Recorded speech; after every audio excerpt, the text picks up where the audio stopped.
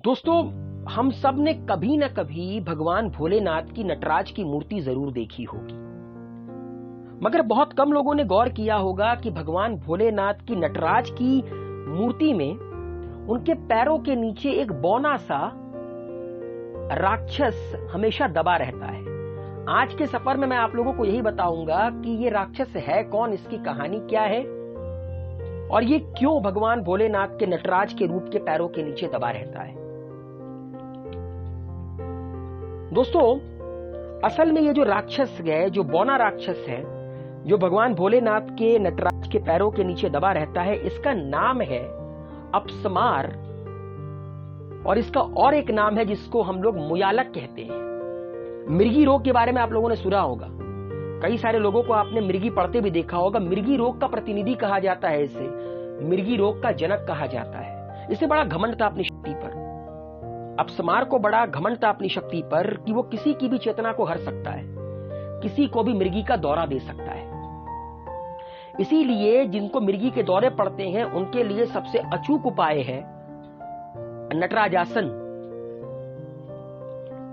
दोस्तों, इसकी कहानी कुछ इस प्रकार से है कि ये जो अपस्मार नाम का बौना सा राक्षस था,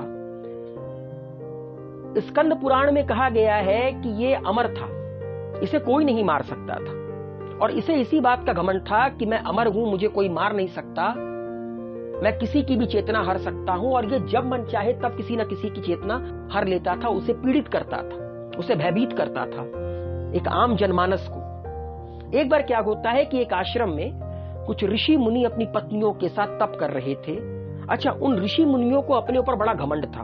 घमंड क्या था कि संसार केवल हमारी सिद्धियों पर टिका हुआ है, कि ये जो सिद्धि इन लोगों ने इतना तप कर कर इकट्ठा की है, उन्हीं सिद्धियों पर पूरा का पूरा संसार टिका पड़ा है, इस बात का घमंड इन्हें हुआ। एक बार भगवान भोलेनाथ और माता पार्वती भिक्षु और भिक्षुनी का रूप धारण कर कर इनके आश्रम में जाते हैं। जैसे ही माता पार्वती और भगवान भोलेनाथ भिक्षु और भिक्षुनी का रूप धारण कर कर ऋषि मुनि के आश्रम में जाते हैं, जहां पर ये लोग मिलकर यज्ञ कर रहे थे, तो ऋषि मुनि की जो पत्नियां थीं, उन लोगों ने जैसे ही देखा कि एक भिक्षु एक भिक्षुनी उनके द्वार पर आए हैं, वो दौड़ कर जाती हैं और उन्हें प्रणाम करती हैं। ये देखकर जो ऋषि मुनि यज्ञ कर रहे थे उन्हें बड़ा क्रोध आता है, क्योंकि उनके अंदर तो घमंड था कि ये पूरा का पूरा संसार हमारी सिद्धि पर चल रखा है। तुरंत उन लोगों ने अपनी सिद्धि से कई सारे सर्पों को जन्म दिया और सर्पों से कहा कि जाओ, इनको जाकर सबक सिखाओ, ये जो भिक्षु और भिक्षुनी हमारे द्वार पर खड़े हैं, इनको सबक सिखाओ। अब सामने भगवान भोलेनाथ थे, जो स्वयं नाग देवता को धारण करते हैं, दलन कर दिया सारे के सारे नागों का।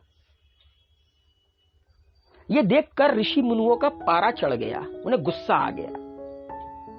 उन्हें यकीन नहीं हो रहा था कि उनकी सिद्धियां काम क्यों नहीं आ रही। उन लोगों ने इस बार अपस्मार का आवाहन किया और कहा कि जाओ, विनाश कर दो इन दोनों का। अपस्मार अपने घमंड में चूर, उसको पता था कि उसको कोई हरा नहीं सकता, वो जिसकी मन चाहे उसकी चेतना हर सकता है, और उसने गलती कर दी, उसने माता पार्वती की चेतना हर लिया और माता पार्वती उस वक्त मूर्छित हो गई।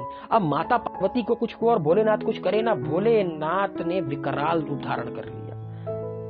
ऋषि मुनियों की और अपस्मार की हालत खराब हो गई कि ये क्या हुआ। भोलेनाथ ने अपने डमरू का नाद किया 14 बार और भगवान भोलेनाथ ने अपस्मार को अपने पैरों के नीचे दबा लिया क्रोध के कारण।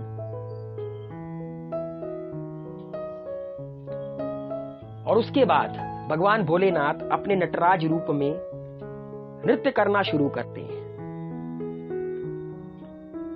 जब ऋषि मुनियों ने ये देखा कि भगवान भोलेनाथ है वो जिनको ये भिक्षु समझ रहे थे, जिनको ये एक आम भिक्षु समझ रहे थे, भगवान भोलेनाथ का रौद्र रूप देख उन्हें समझ में आ जाता है कि उनकी सिद्धियां ना बहुत कम है। वो क्षमा मांगते हैं, कहते हैं नटराज स्वरूपी भगवान भोलेनाथ से कि प्रभु हमें क्षमा कर दीजिए और आप इस अपस्मार को इसी तरह निष्क्रिय रखिए ताकि भविष्य में संसार में कोई इसकी शक्तियों के प्रभाव में ना आए। भगवान भोलेनाथ ये जानते थे कि इसको मारा नहीं जा सकता, ये अमर है, लेकिन मैं इसको निष्क्रिय तो कर सकता हूं। और दोस्तों, भगवान भोलेनाथ के इसी नटराज रूप के ऊपर जो संस्कृत व्याकरण के जन्मदाता हैं पाणिनि, उन्होंने माहेश्वर सूत्र लिखा है।